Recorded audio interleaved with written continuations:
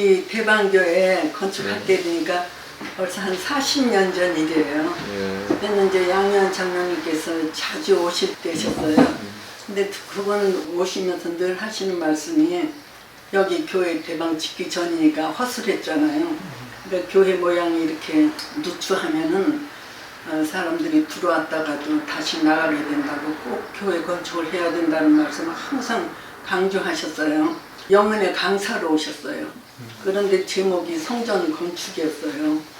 용기를 못 가지고 시작을 못하니까 굉장히 강조를 하시면서 대만교회 그 간증들을 많이 들려주셨어요.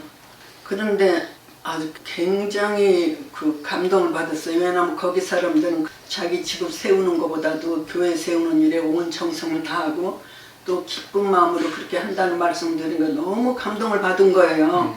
근데 감동을 많이 받긴 했지만 그 당시가 금방 그 그릇 장사를 시작했을 때라서 돈이 너무 없고 빚이 많아서 정말 한 푼도 바칠 형편이 못 됐어요.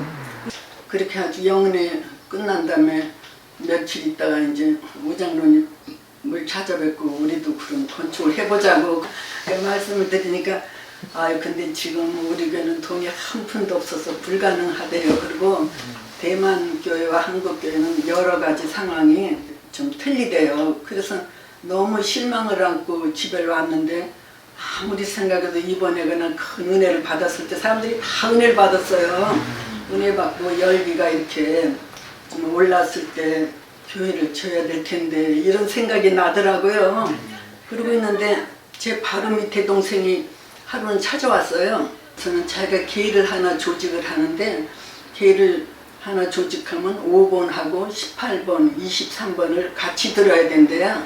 근데 자기는 하나밖에 들을 힘이 못 되니까 이 나머지 3개를 들어달라고 그래요.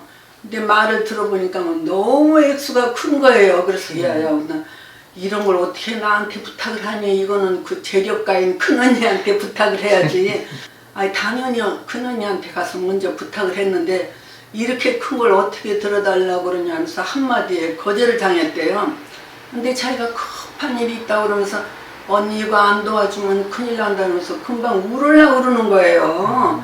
근데 뭐 이게 우리 집 형편으로는 도무지 들어줄 수도 없고 액수가 너무 크고 그래서 남편한테 뭐 상의조차도 할 수가 없어요. 그러니까 너무 난감했지만 또 동생 사정이 너무 딱해가지고 그러면 남편 몰래 들어주기로 약속을 했어요 또. 가만히 생각하니까 지금 5개월 후에 5번이 있으니까 5개월 후에 타잖아요. 가지고 우장로님 또 찾아왔어요. 그럼 제가 5개월 후에 얼마 타는 개가 있는데 그걸 바칠 테니까 건축을 한번 해보면 어떻겠냐 그랬더니 너무 기뻐하시면서 그러면 회의를 해가지고 그 전국 모금을 한번 해보시겠다고 그러시더라고요. 그렇게 아주 전국에서 다 도와주셔가지고 하는데 1년 되니까 돈이 또 바닥이 난 거예요. 예. 그러니까 그때는 뭐 신도들이 뭐지 기도하는 수밖에 다른 방법이 없었어요. 그런데 그 사이에 벌써 또 18번 탈 개가 또 온 거예요. 근데 그거는 정말로 빚을 갚아야 돼요. 제가 이자가 너무 많이 나가기 때문에. 그런데 교회 건축을 위해서 기도를 시작하려고만 하면은 이 마음속에서 우러나온 별난 소리 때문에 견딜 수가 없는 거예요. 정말 매번 똑같이 별소리가 나는데 이래요. 너도 개를 타면은 빚이나 갚으려고 그러는데 어떻게 교회를 짓느냐 이래요. 그러니까 제가 아니야 이건 내가 하는 소리야. 이건 내가 일부러 그러는 소리야. 그러고 막 이렇게 막 억지로 부정하려고 그러면 그럴수록 더 심하게 그러는 거예요. 그러니까 제가 견딜 수가 없어요. 그게 뭐 그래서 내가 하나님 저 지난번에도 바쳤잖아요. 그리고 저희 집 지금 한 달에 나가는 이자가 얼마나 많은 거 저희 사정도 아시잖아요. 아무리 사정을 해도 소용없어요. 자꾸 음성이. 기도만 하려고 그러면. 그런데 기도를 안 하면은 그 소리도 듣기지도 않고 마음이 편해요 또. 그런데 그렇게 교회가 다급한 상황에서 어떻게 제 마음 하나 편하자고 기도도 안 하고 멀뚱멀뚱 있을 수가 없잖아요. 정말이지 그런 그런 일은 아주 난생 처음 겪는 일이었어요, 정말로. 그러다 이제 18번 개 타는 날이 왔어요. 그리고 이제 5개월 후에 또 하나 타잖아요. 그런데 5개월이라 그래야지, 5개월이라 그래도 눈 깜빡할 사이잖아요. 그럼 그때 가서도 또 이런 뭐 돈이 모자라서 뭐 그럴 건 불보듯 훤하잖아요. 그러면 그때 가서 내가 또 이런 고통을 받아야 될까 생각하니까 못 견디겠더라고요. 그래서 그러면요, 아예 이번 18번 이거 하고 다음에 5번 타는 거 다 바치겠습니다. 그 대신 제 심장병이나 고쳐달라고 그랬어요. 그 병원에 가본 적은 없었는데 빨리 걸으려고 그러든지 계단을 빨리 올라가려고 그러면 그 숨이 차고 좀 그랬었어요. 그런데 그 양장로님께서 항상 말씀하시기를 대만 성도들은 바칠 때 그렇게 기쁨으로 바쳤다고 그러는데 저는 그 사람들 같지가 않았어요. 기쁘기는커녕 오히려 무슨 쓰리꾼한테 이 쓰리라도 당한 것 같은 그런 허전함이 몰려왔어요. 그러니까 이걸 제가 원해서 바치는 게 아니라 막 그 별소리 때문에 막 그렇게 바쳐서 그랬는가 봐요. 너무너무 막 허전하고 죽겠더라고요. 그래서 그냥 땅바닥에 엎드려가지고 막 울었어요. 그래, 남편 몰래 그거를 드니라고 막 노심초사하면서 부었던 건데 그나마도 한 푼도 못 만져본 것도 그렇고 또 어느 천년에 그것도 모아서 이제 빚을 갚나 뭐 이런 생각들이 저를 너무 슬프게 했어요. 그런데 희한하게도 그 이후로 별소리가 없어져 버렸어요. 정말로. 그리고 이제 하나님의 은혜로 이 대방교회가 이제 다 완성이 됐어요. 그래서 하루는 급한 일이 있어서 계단을 막 올라가다 내가 이러면 안 되는다 하고 보니까 언제 나왔는지 그 숨찬 게 없어진 걸 알았어요.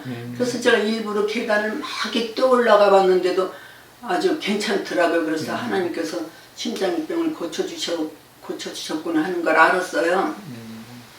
근데 이제 그릇 장사 처음 시작할 때는 사람들이 그게 신기하니까 막 앞타투 사가지고 가던 사람들이 이제 그릇 사는 게 너무 까다로워졌어요. 이제 손님들이. 그러니까 저도 물건을 사러 가면 도대체 어떤 물건을 갖다 놔야 잘 팔릴지 아주 물건을 고르는 게 제일 힘들어졌어요.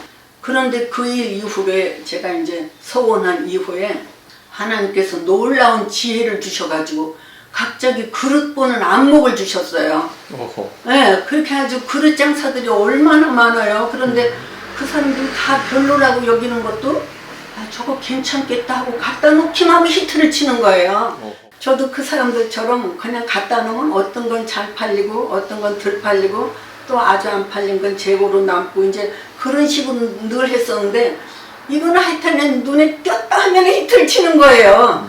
그냥 우리 집에만 오면 예쁜 물건을 살 수 있다고 소문이 났나 봐요. 도대체 어디서 그렇게 사람들이 몰려오는지 사방에서 몰려오는데 뭐 어떻게 뭐 정신이 없을 정도였어요. 그러니까 그 많은 빚을 언제 갚았는지 빚도 다 갚게 되고 가게도 이제 손님들이 너무 많으니까 가게가 좁아진 거예요. 그래서 옆에 가게를 사서 가게도 늙히게 됐어요.